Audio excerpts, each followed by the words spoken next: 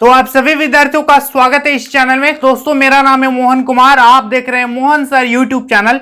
चलिए आज हम लोग बात करेंगे एसएससी जीडी का सिलेबस। जो एसएससी जीडी का जो वैकेंसी निकाला गया है 25,271 पद के लिए यह वैकेंसी निकाली गई है और उस पे कई तरह का पोस्ट है, बीएसएफ, आईटीबीपी, सीआरपीएफ, सीआईएसएफ। हम कल वीडियो बना करके भी आप लोगों को बता दिए थे कि कितना सीट है किस पे और कब तक लास्ट डेट है वगैरह वगैरह सब चीज बता चुके हैं। यदि आपने वह वीडियो नहीं देखा है तो आप नीचे लिंक डिस्क्रिप्शन में देख सकते हैं। और आज मैं आप लोगों को बताऊंगा एसएससी जीडी का सिलेबस। और दोस्तों एक बात याद रखिएगा कि एसएससी जीडी ही नहीं, आप किसी भी कंपटीशन की यदि तैयारी करते हो तो सबसे पहले जरूरी है उसके सिलेबस को समझना, क्योंकि सब चीज पढ़ लेना बहादुरी नहीं है। यदि आप एसएससी की तैयारी करते हो तो आपको एसएससी का सिलेबस पता होना चाहिए। यदि आप एनटीपीसी का तैयारी करते हो, रेलवे का तैयारी करते हो, या फिर झारखंड पुलिस या फिर किसी भी स्टेट का तैयारी करते हो, यहां तक कि यूपीएससी का भी यदि आप तैयारी करते हो तो आपको उसका एग्जैक्ट सिलेबस पता होना चाहिए, ठीक है। क्योंकि सब चीज पढ़ लेना बहादुरी नहीं है, लेकिन जो चीज एसएससी मांग रहा है, एसएससी जीडी में जिस चीज की डिमांड की गई है, यदि आप उस चीज को पढ़ते हो तो वही आपका लिए बहुत बड़ा काम करेगा, ठीक है। तो इस सिलेबस को बताने से पहले आप लोगों को हम कुछ यहां पर हम आप लोगों के लिए यहां कुछ पॉइंट्स लिखे हैं जो कि हर विद्यार्थी के दिमाग में रहता है कि क्वेश्चन कितना आएगा, एग्जाम कैसे होगा, ऑनलाइन होगा कि ऑफलाइन होगा, या फिर हमारा मतलब कितना मार्क्स का होगा, कितना टाइम मिलेगा, कैसा क्वेश्चन आएगा। सब चीज जितना भी तरह का आपका दिमाग में क्वेश्चन है सब हम क्लियर कर देंगे। यहां पर पहले इसको समझाएंगे, इसके बाद इधर हम आप लोगों को पूरा डिटेल में बताएंगे। तो चलिए ए टू जेड मैं आप लोगों को बता देता हूं, वीडियो पर अंत तक बने रहिएगा। और यदि चैनल पर पहली बार आए हो तो सब्सक्राइब कर लीजिएगा, क्योंकि आगे हम वीडियो लाने वाले हैं आप लोगों के लिए फिटनेस के ऊपर कि चेस्ट कितना होना चाहिए, हाइट कितना होना चाहिए, क्या क्या क्राइटेरिया है, सब चीज ए टू जेड बताएंगे। तो फिटनेस का वीडियो अलग से बनाएंगे। आज हम लोग बात करेंगे रिटन एग्जाम का, कि जो आप लोगों का एग्जाम होगा उस पे क्या क्या पूछा जाएगा, क्या नहीं पूछा जाएगा, ए टू जेड हम आप लोगों को समझा देंगे। देखो सबसे पहला पॉइंट है, पॉइंट नंबर 1 कि कंप्यूटर बेस्ड टेस्ट, इसको कहते हैं सीबीटी एग्जाम, ठीक है।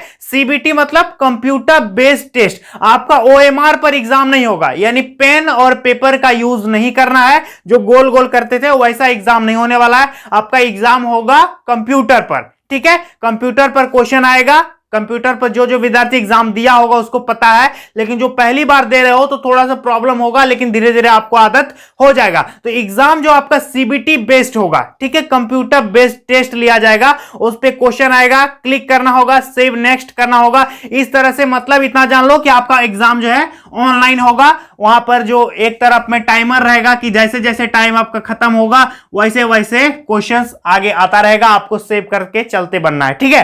तो एग्जाम आपका ऑनलाइन होगा, इस पे ऑफलाइन एग्जाम नहीं होगा। यहां तक क्लियर हो गया। तो सीबीटी टेस्ट होगा, ओके। अगला चीज है कि नंबर ऑफ क्वेश्चन, कितना क्वेश्चन आएगा एग्जाम में। तो क्वेश्चन की संख्या जो होगी दोस्तों वो रहेगा 100 क्वेश्चन आएगा आपका एग्जाम में। कितना क्वेश्चन आएगा? 100 क्वेश्चन आएगा। 4 पार्ट में डिवाइड रहेगा, यहां हम बताएंगे आगे। खैर अभी समझ लो कि 100 क्वेश्चन रहेगा।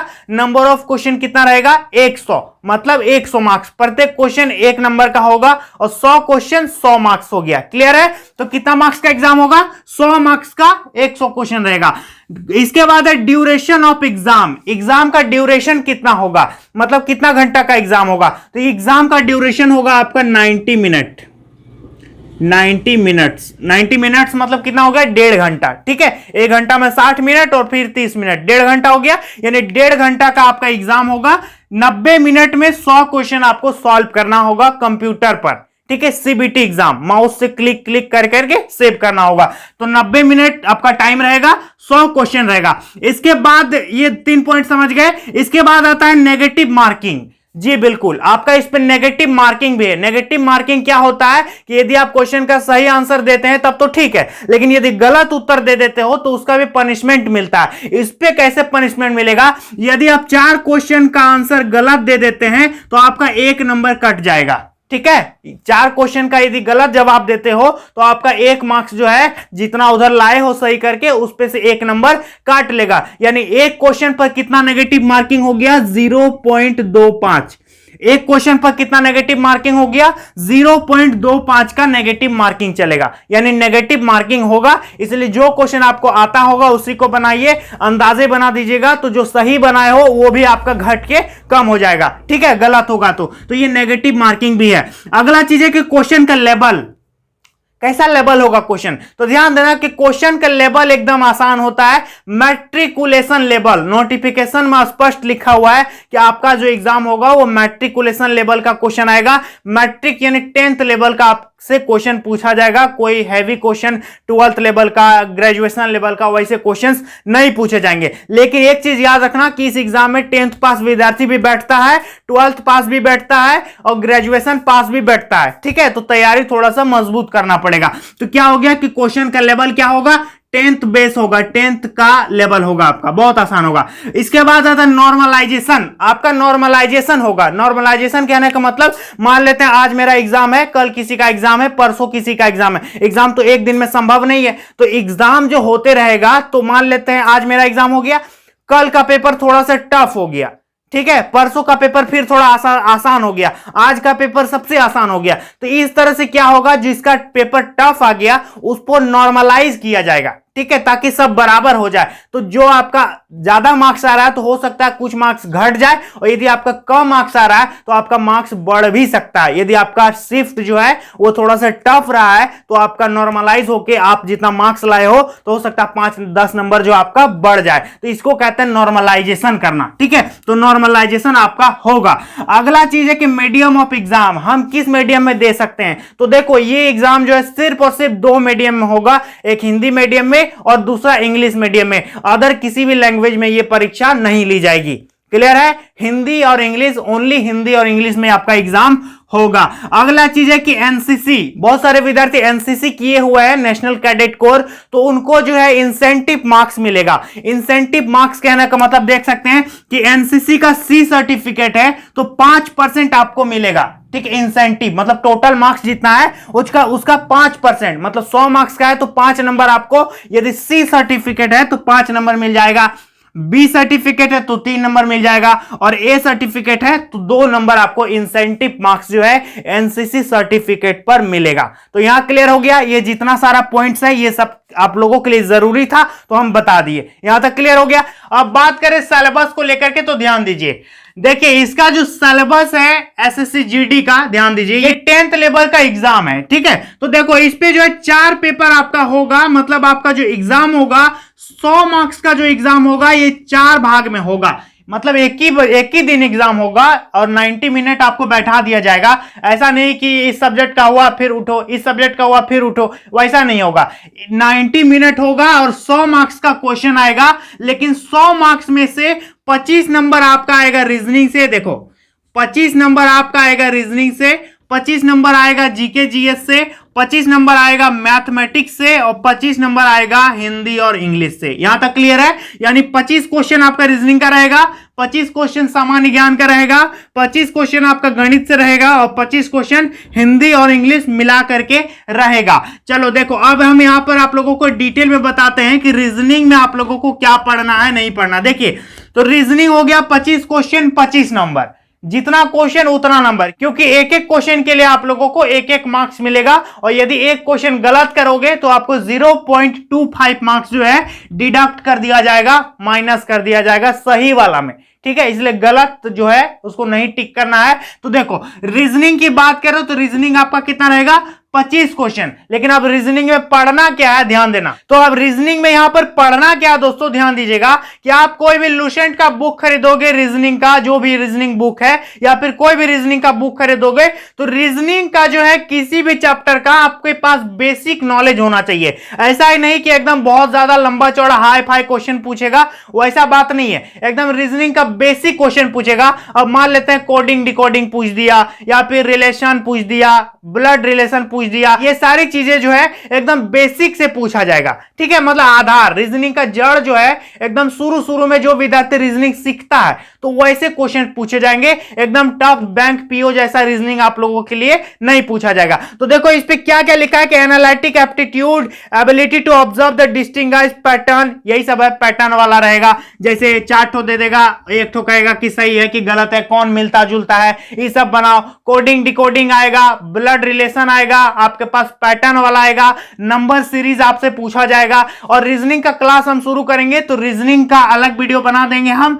करंट अफेयर्स का अलग वीडियो बना देंगे, मैथमेटिक्स का अलग वीडियो बना देंगे और हिंदी और इंग्लिश का अलग वीडियो हम बना देंगे। यहां सब चीज यदि लिख दें हम तो फिर यहां पर अटेगा नहीं, थोड़ा कम जगह है, इसलिए हम यहां सब चीज नहीं लिखे हैं ना। तो रीजनिंग के लिए आपका अलग वीडियो आ जाएगा, सब सब्जेक्ट का अलग वीडियो हम डाल देंगे। लेकिन यहां पर ओवरऑल समझ लो कि क्या क्या आएगा। देखो यहां पर लिखा है, आप पीडीएफ पढ़ लेना, मेरे पास पीडीएफ है तो मैं बता देता हूं कि नंबर सीरीज आएगा, अरिथमेटिकल रीजनिंग आएगा, नॉन वर्बल सीरीज आएगा, कोडिंग और डिकोडिंग आएगा, क्लासिफिकेशन आएगा। मेरे कहने का मतलब रीजनिंग में आपका बुक में जितना सारा दिया हुआ है, किसी बेसिक रीजनिंग का कोई बुक ले लेना, तो जितना भी उससे दिया हुआ है आप उसको पूरा पढ़ लो। पूरा पढ़ने का मतलब उसका बेसिक नॉलेज ले लो, किसी भी चैप्टर का बेसिक नॉलेज को समझो। ठीक है, और सबसे बड़ी बात है कि हम आप लोगों के लिए प्रीवियस ईयर का क्वेश्चन पेपर भी लाएंगे। कितने विद्यार्थी चाहते हो कि प्रीवियस ईयर का क्वेश्चन पेपर हम सॉल्व कराएं यहां पर, तो कमेंट करना मुझे जरूर। ठीक है, तो ये हो गया रीजनिंग। अब बात करें सामान्य ज्ञान और करंट अफेयर्स का, तो इस पे क्या पूछेगा, देखो इस पे पूछेगा कि questions in this component will be aimed at the testing candidates general awareness, मतलब वर्तमान समय में जो भी घटनाएं घटित हो रही है इनसे आपको अवेयर है कि नहीं, मतलब एक शिक्षित आदमी से क्या उम्मीद की जा सकती है, वो कुछ दुनिया के बारे में जानता है कि नहीं, देश में क्या हो रहा है उसके बारे में जानकारी है कि नहीं, ये सारी चीजें आप लोगों से पूछा जाएगा। भारत का इतिहास, भारत का भूगोल, भारत का कल्चर, भारत का अन्य देशों के साथ संबंध, भारत की जितने भी राज्य है उसकी राजधानियां, कहां क्या कल्चर है, ये सारी चीजें आप लोगों से पूछा जाएगा। वर्तमान में कौन सी क्या घटनाएं हुई है, कौन सा नया एक्ट आया है, कौन सा नया कानून आया है, कौन सा अनुच्छेद में क्या होता है, ये चीज मतलब बेसिक नॉलेज आपको होना चाहिए। ठीक है, तो देखो यहां पर क्या लिखा है, the test will also include question relating to India and its neighbouring countries, मतलब पड़ोसी देश से क्वेश्चन आएगा, specially pertaining to sports, sports से भी क्वेश्चन आएगा, history, culture, geography, economics, science, general polity, Indian constitution मतलब भारतीय संविधान, एंड साइंटिफिक रिसर्च मतलब नया नया क्या क्या वैज्ञानिक खोज वगैरह हो रहा है, इसके बारे में आप जानकारी रखो।